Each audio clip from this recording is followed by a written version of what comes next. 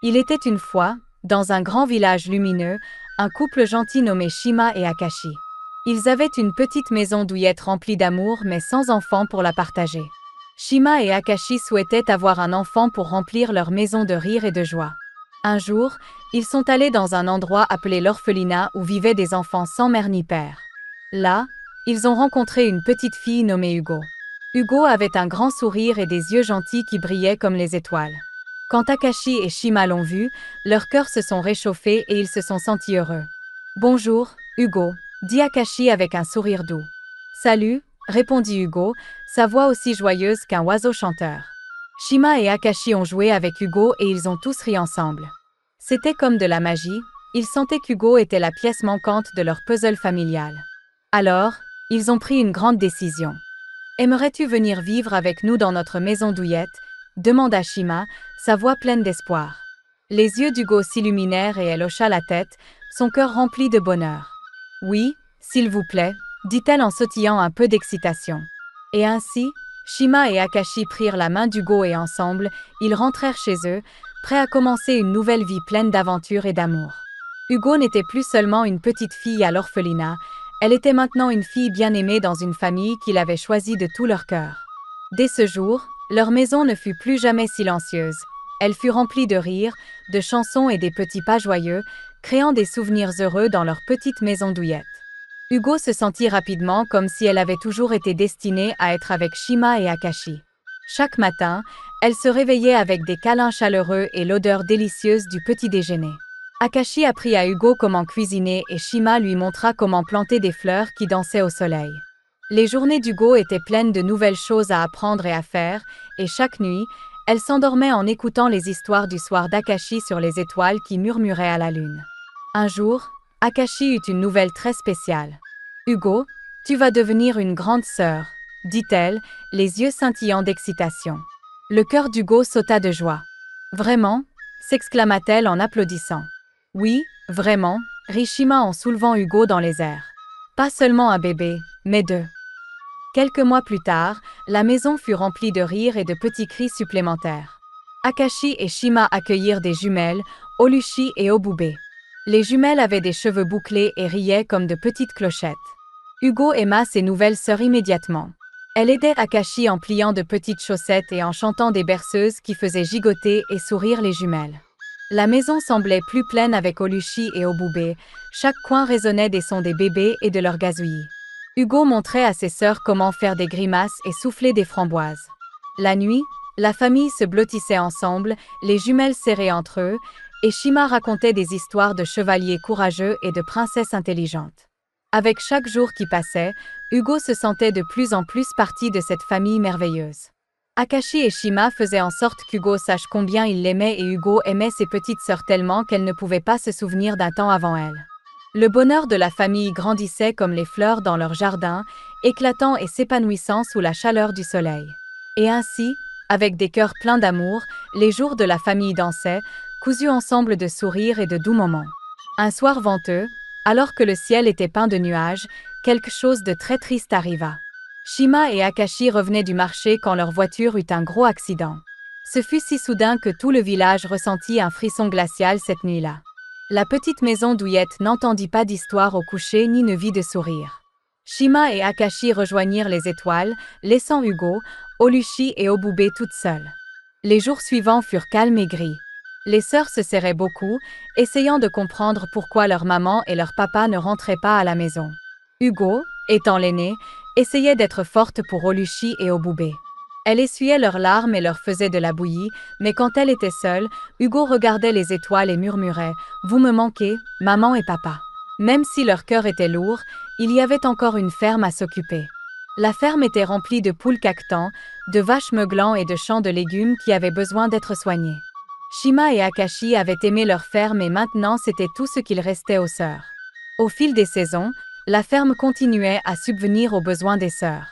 Elles vendaient des œufs, du lait et des légumes frais au marché. Les gens du village aimaient leurs produits et demandaient souvent « Comment allez-vous, petite ?» Les sœurs souriaient et disaient « Nous allons bien, merci ». Gérer la ferme n'était pas facile, mais cela aidait Hugo, Oluchi et Obube à se sentir plus proches de leurs parents. Chaque légume cueilli et chaque récolte était un rappel de l'amour de leurs parents et des leçons qu'ils leur avaient enseignées. La ferme n'était pas seulement un lieu de vie, c'était un endroit qui contenait le cœur et l'espoir de leur famille. Avec le soutien les unes des autres, les sœurs trouvèrent lentement le moyen de sourire à nouveau. Elles savaient que leurs parents les regardaient depuis les étoiles, fiers de leur fille courageuse et forte qui continuait de faire vivre la ferme et leur amour. Un après-midi ensoleillé, les sœurs invitèrent tous leurs proches pour une grande réunion familiale à la ferme. Tout le monde était là, riant et partageant des histoires sous le grand chêne. Hugo, Oluchi et Obube voulaient se sentir proches de leur famille, comme au bon vieux temps où Shima et Akashi étaient là. Adaku, qui portait un grand chapeau coloré, souriait beaucoup, mais ses yeux ne souriaient pas comme sa bouche. Après un grand déjeuner de poulet rôti et de maïs frais, quand tout le monde était assis, Adaku se leva. Elle s'éclaircit bruyamment la gorge et tous les bavardages s'arrêtèrent.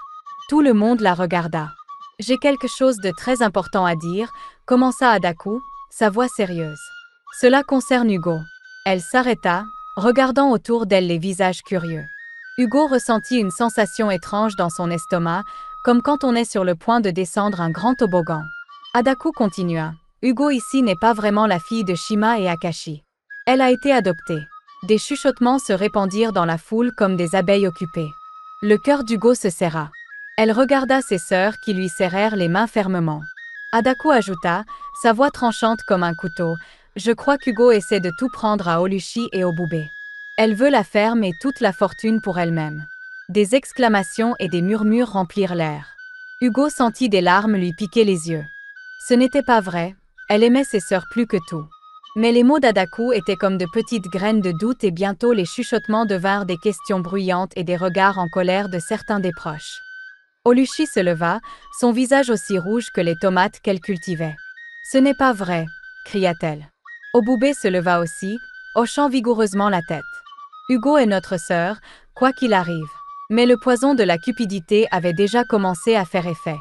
Les proches commencèrent à se disputer, certains disant qu'il fallait examiner la question de plus près, d'autres acquiesçant à tout ce que disait Adaku. La réunion joyeuse tourna au vinaigre et la famille se sentit divisée. Alors que le soleil se couchait, la fête se dispersa, laissant derrière elle un chaos de sentiments contrariés et de gâteaux non mangés. Hugo, Oluchi et Obube s'assirent sous le vieux chêne, se tenant les unes les autres. Elles savaient que leur famille allait traverser une période difficile. Hugo ressentit une profonde tristesse, inquiète que les mensonges d'Adaku puissent leur enlever non seulement la ferme, mais aussi sa famille. Mais en regardant ses sœurs, elle savait qu'elles affronteraient ensemble ce qui allait arriver. Après la réunion de famille, les choses ne revinrent pas à la normale. Les chuchotements et les regards des proches devinrent de plus en plus forts et acérés chaque jour. Les mots d'Adaku, comme des épines, s'étaient profondément enracinés dans la famille et les doutes sur Hugo se répandirent comme des mauvaises herbes sauvages. Dans les semaines qui suivirent, de plus en plus de proches commencèrent à se retourner contre Hugo. Ils visitaient la ferme moins souvent et, quand ils le faisaient, leurs sourires étaient crispés et leurs conversations brèves. Hugo ressentait le poids de leurs soupçons chaque jour, cela planait autour d'elle comme un brouillard froid. Un matin particulièrement frisquet, certains oncles et tantes vinrent à la ferme, mais pas pour une visite amicale. Ils se tenaient raides, leurs visages sévères et impitoyables, tandis qu'Adaku parlait pour eux tous. « Hugo, commença-t-elle, sa voix glaciale, il vaut mieux pour la famille que tu quittes la ferme. Nous ne pouvons pas avoir quelqu'un qui pourrait comploter contre ses propres sœurs vivant ici. » Oluchi et Obube protestèrent en pleurant. « Non, Hugo ne ferait jamais une chose pareille, » s'écria Oluchi, sa voix brûlant de loyauté. « Oui, elle nous aime, elle aime la ferme. Vous ne pouvez pas la faire partir, » ajouta Obube, sa jeune voix se brisant sous la tension. Mais les proches ne voulaient pas écouter. Leurs esprits avaient été empoisonnés par la cupidité et les soupçons nourris par les paroles malveillantes d'Adaku.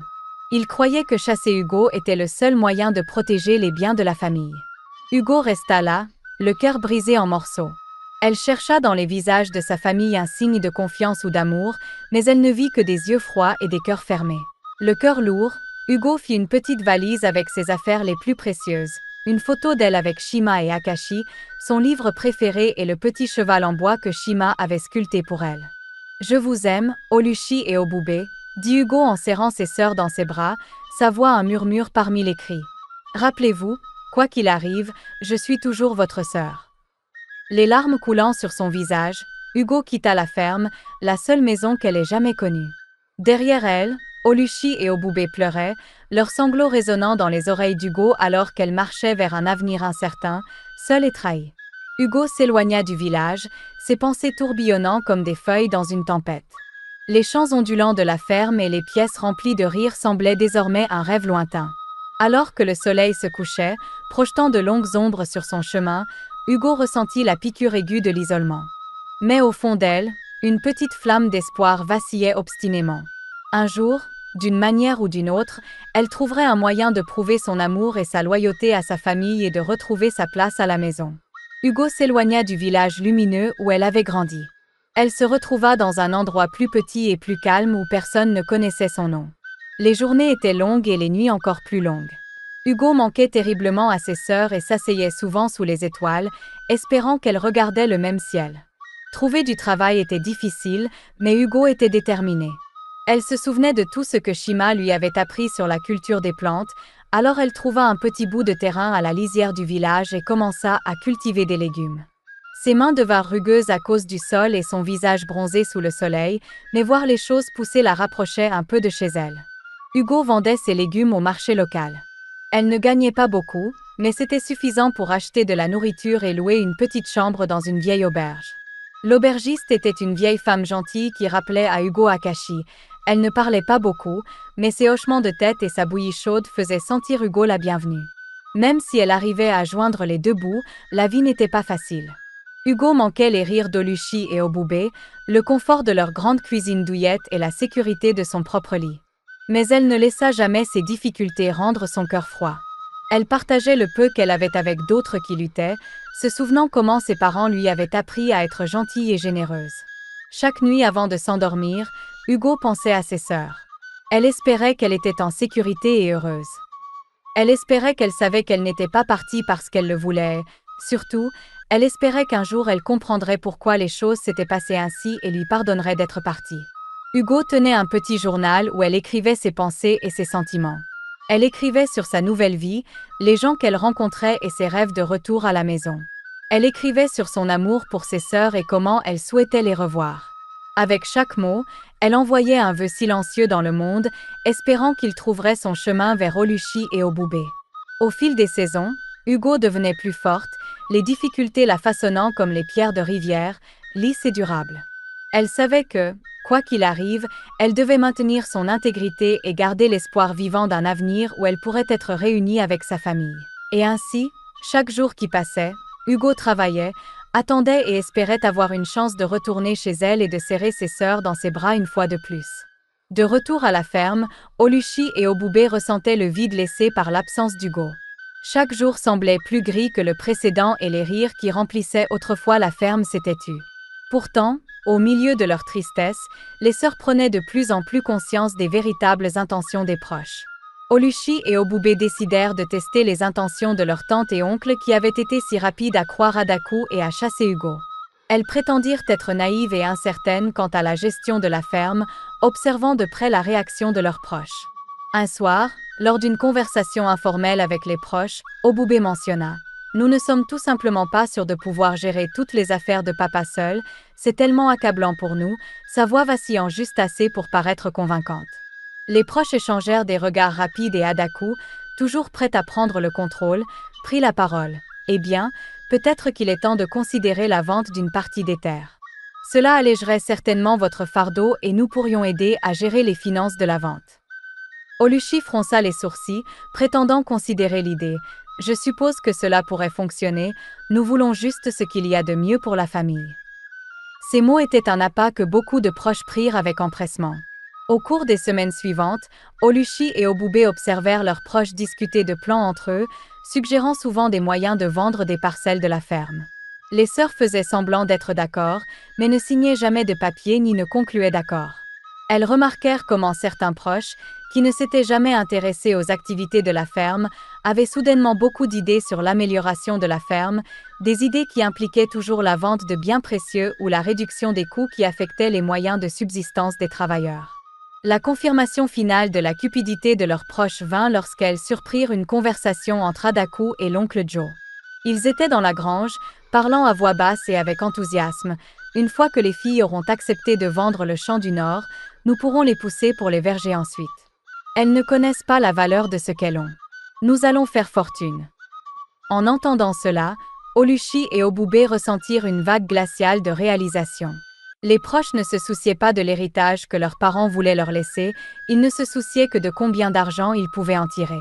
Cette nuit-là, dans l'intimité de leur chambre, les sœurs se tinrent l'une contre l'autre, leur décision claire. « Nous devons retrouver Hugo », murmura Oluchi avec ferveur. « Elle est la seule en qui nous pouvons avoir confiance, la seule qui aime vraiment cet endroit comme nous. » Obube acquiesça, sa détermination se durcissant. « Nous la ramènerons et ensemble, nous protégerons ce que maman et papa ont construit. Il est temps que nous leur tenions tête, pour Hugo, pour nous et pour la ferme. » Le cœur lourd mais avec un objectif clair, Oluchi et Obube commencèrent à planifier comment se reconnecter avec Hugo, ignorant combien elle désirait revenir. Leur lien, forgé face à la tromperie et à la trahison, devint leur force et elles résolurent de réunir leur famille. Au fil des jours, à la lumière fraîche de l'aube, Oluchi et Obube se tenaient au bord de leur ferme, regardant les champs qui s'étendaient à l'horizon. Elles savaient ce qu'elles devaient faire, retrouver Hugo et la ramener chez elles. Leur cœur était lourd de regret de ne pas avoir défendu Hugo plus vigoureusement lorsqu'elle avait le plus besoin d'elle. Maintenant, elles étaient déterminées à réparer les choses. Leur première étape fut de rassembler toute information possible sur l'endroit où se trouvait Hugo. Elles se souvenaient de la petite auberge à la lisière d'un village voisin où Hugo avait mentionné avoir trouvé du travail. Avec l'espoir au cœur, elles se mirent en route, parcourant les chemins autrefois foulés par leurs sœurs. Arrivées au village, Uchi et Yubi allèrent directement à l'auberge. La vieille aubergiste, une femme gentille avec un sourire doux, reconnut les filles d'après les descriptions d'Hugo. « Oh, vous devez être Oluchi et Obube, » dit-elle, sa voix chaleureuse. « Hugo parlait souvent de vous avec tant d'amour. » Les sœurs ressentirent un pincement de tristesse mêlé de soulagement. Elles étaient sur la bonne piste. « S'il vous plaît, savez-vous où elle se trouve maintenant? Nous devons la retrouver, » demanda Obube, sa voix pressante. L'aubergiste hocha la tête, comprenant la gravité de leur demande. « Hugo est parti il y a quelques semaines, » expliqua-t-elle. Elle a trouvé un petit bout de terrain à cultiver juste au sud d'ici. Elle y vit, essayant de s'en sortir. Remerciant l'aubergiste, Oluchi et Obube se hâtèrent vers le sud, suivant les indications données. Le voyage fut difficile, leur anxiété grandissant à chaque pas, mais la pensée de revoir Hugo les poussait en avant. Après des heures de marche, elles aperçurent enfin un petit lopin de terre visiblement bien entretenu, avec des rangées de légumes qui poussaient proprement. Et là, au milieu du champ, se trouvait Hugo. Elle leur tournait le dos, mais elle la reconnaîtrait n'importe où. Elle était penchée sur une rangée de plantes, sa silhouette forte et déterminée. « Hugo » appela Obube, incapable de contenir son excitation. Hugo se retourna et, en voyant ses sœurs, ses yeux se remplirent de larmes. Pendant un moment, personne ne bougea, puis d'un seul coup, elles coururent les unes vers les autres, se retrouvant dans une étreinte qui parlait d'amour et de pardon intemporel. « Je suis tellement désolée, » dit Oluchi en tenant Hugo fermement. « Nous n'aurions jamais dû te laisser partir. » Hugo secoua la tête, sa voix épaisse d'émotion. « Non, j'aurais dû rester et me battre, mais je suis juste si heureuse que vous soyez là maintenant. » Elles s'assirent là, dans le champ, sous le ciel ouvert et parlèrent pendant des heures. Oluchi et Obube racontèrent tout à Hugo, comment elles avaient testé les proches, ce qu'elle avait découvert et à quel point elle désirait désespérément son retour. Hugo écouta, son cœur se réparant à chaque mot. Il était clair que ses sœurs regrettaient vraiment ce qui s'était passé et qu'elles étaient sincères dans leur désir de se racheter. Alors que le soleil se couchait, projetant une lueur dorée sur le champ, les sœurs firent un vœu. Elles retourneraient à la ferme ensemble, feraient face à la cupidité des proches et honoreraient l'héritage de leurs parents en tant que famille unie. Avec Hugo à leur côté, Oluchi et Obube se sentaient plus fortes qu'elles ne l'avaient été depuis des mois. Ensemble, elles retournèrent vers le village, leurs pas légers avec la promesse d'un nouveau départ. Le pont qui semblait autrefois trop large à franchir n'était maintenant qu'une étape sur leur chemin vers la restauration de l'unité et de l'honneur de leur famille. Le matin suivant leur réunion émotive dans le champ, Hugo, Oluchi et Obube s'assirent ensemble à la table du petit déjeuner dans la petite auberge, leur cœur plus léger qu'ils ne l'avaient été depuis longtemps. Oluchi, toujours l'organisatrice, étala une carte de la ferme et des terres environnantes. Nous devons être intelligentes, dit-elle avec détermination. Nous ne pouvons pas simplement revenir et attendre que les choses changent. Nous avons besoin d'un plan. Oboubé, qui avait gagné en courage et en sagesse, acquiesça. Nous devrions rassembler des preuves de leur cupidité, des preuves qu'ils ont essayé de nous manipuler pour leurs propres intérêts. Nous savons qu'ils ont été malhonnêtes, mais les autres devront le voir. Hugo écouta, son cœur se gonflant de fierté pour le courage et la détermination de ses sœurs. Et je pense, ajouta Hugo, sa voix ferme et forte, que nous devons rappeler à la communauté l'esprit véritable de la ferme, la manière dont maman et papa la géraient avec équité et amour pour la terre et les gens. Les sœurs convinrent que la réputation de la ferme était tout aussi importante que de récupérer le contrôle légal. Elles décidèrent de contacter les vieux amis de leurs parents, les voisins et les autres membres de la communauté qui connaissaient l'héritage de gentillesse et d'intégrité de la famille. Nous organiserons une grande réunion, suggéra Oluchi, ses yeux s'illuminant. Une grande, directement à la ferme. Nous inviterons tous ceux qui connaissaient maman et papa. Nous pourrons partager notre histoire, montrer que nous sommes unis et leur rappeler ce que la ferme a toujours représenté. Hugo et Oluchi adorèrent l'idée. Ce serait une célébration de la vie de leurs parents et une déclaration de leurs intentions d'honorer cet héritage. Ce serait aussi un moyen parfait de contrer publiquement les rumeurs propagées par leurs proches cupides. Tandis qu'elles planifiaient, les sœurs sentaient leur lien se renforcer. La douleur des derniers mois fondait alors qu'elles riaient, se remémoraient et travaillaient ensemble avec un but commun. Hugo, qui s'était senti si seul et trahi, trouva le pardon dans son cœur pour l'inaction initiale d'Oluchi et d'Oboubé. « C'est bon, leur dit-elle. Nous étions toutes perdues sans l'autre. Maintenant, nous sommes de nouveau ensemble et c'est ce qui compte. » Oluchi et Oboubé exprimèrent toutes deux leur profond regret de ne pas avoir soutenu Hugo lorsqu'elle avait le plus besoin d'elle. « Nous aurions dû croire en toi, dit Oluchi, sa voix pleine d'émotion. Oboubé ajouta, « Nous ne laisserons plus jamais rien nous séparer. » Avec leur plan établi et leurs cœurs unis, les sœurs terminèrent leur petit déjeuner, se sentant prêtes à affronter tous les défis à venir. Elles savaient que la route serait difficile, mais avec leur force et leur amour combinés, elles croyaient que rien n'était insurmontable. Ce jour-là, elles quittèrent l'auberge non seulement comme 3 sœurs, mais comme une équipe redoutable, prête à récupérer leur héritage et à honorer l'esprit véritable de leur famille sous le ciel ouvert que leurs parents avaient tant aimé. Cependant, avant de pouvoir affronter les proches, les sœurs rencontrèrent un avocat local, un ami de leur père qui avait toujours respecté l'intégrité de la famille. L'avocat écouta attentivement tandis que les sœurs expliquaient tout ce qui s'était passé, les allégations manipulatrices d'Adaku, les suggestions cupides des proches de vendre des parts de la ferme et leur expulsion d'Hugo. À chaque détail, son froncement de sourcils s'intensifiait et, à la fin de l'histoire, il était résolu. « Nous avons un cas solide, affirma-t-il. Le testament de vos parents est clair et les actions de vos proches peuvent être contestées. Nous porterons cela devant les tribunaux. » Équipée de ce soutien légal, Hugo ressentit un sursaut de confiance. Elle et ses sœurs commencèrent à rassembler des preuves de la mauvaise conduite des proches.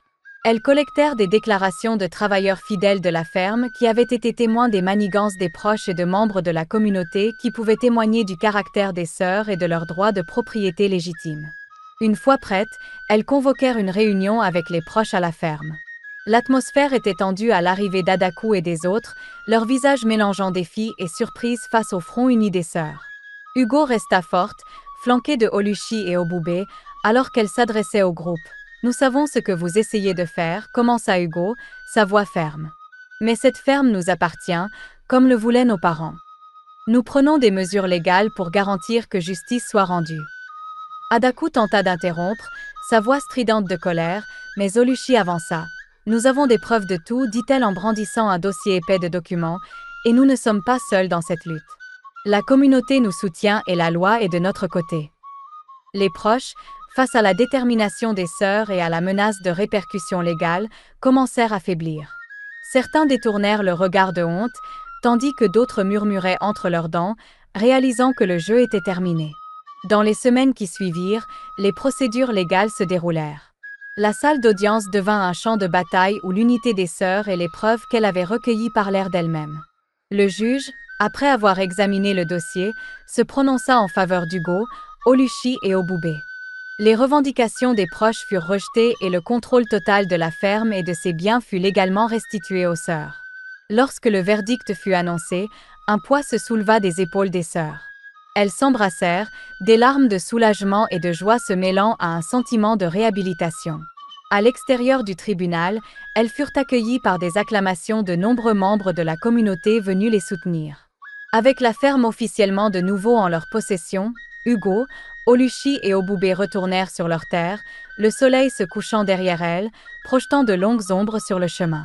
Elles se regardèrent, des sourires se dessinant sur leurs visages. Elles avaient récupéré ce qui était perdu, non seulement en termes de terre et de biens, mais en termes de confiance et d'unité familiale. Ce soir-là, alors qu'elles contemplaient les champs, elles savaient que leur véritable travail ne faisait que commencer. Elles prévoyaient de faire revivre la ferme, non seulement comme une entreprise, mais comme un centre communautaire, un endroit qui honorerait leurs parents et servirait de témoignage à leur résilience et à leur amour en tant que famille. Le voyage avait été long et semé d'obstacles, mais ensemble, elles avaient émergé plus fortes, leur lien incassable. Les sœurs rénovèrent également la ferme, la transformant non seulement en un foyer, mais en un centre communautaire accueillant. Elles commencèrent à organiser des dîners de la ferme à la table où les habitants pouvaient déguster des repas préparés avec des ingrédients récoltés directement de leurs champs.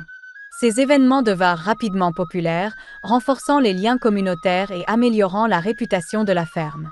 Alors que la ferme prospérait, sa réputation grandissait également. Les gens des villes voisines commencèrent à parler du succès des sœurs et de leur engagement envers l'agriculture durable. Les écoles locales organisèrent des sorties éducatives à la ferme où Hugo, Oluchi et Obube enseignaient aux enfants l'agriculture et l'environnement. Ces activités rapprochaient non seulement la communauté, mais instillaient également un sentiment de fierté chez tous ceux qui y participaient. Le leadership d'Hugo était crucial. Son calme et sa vision claire face aux défis inspiraient tous ceux qui travaillaient à la ferme.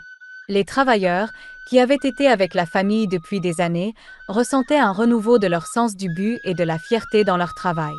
Ils ne faisaient pas seulement pousser des récoltes, ils faisaient partie d'une mission pour créer quelque chose de bon et de durable. Un beau jour, alors que les feuilles peignaient la ferme de teintes dorées et rouges, certains de ses proches revinrent à la ferme. Ils vinrent non pas avec des revendications ou des exigences, mais avec la tête basse, portant le poids de leurs actions passées. Adaku fut la première à parler, alors qu'il se tenait devant Hugo, Oluchi et Obube, rassemblés dans le jardin vibrant de la ferme, entourés des fruits de leur travail.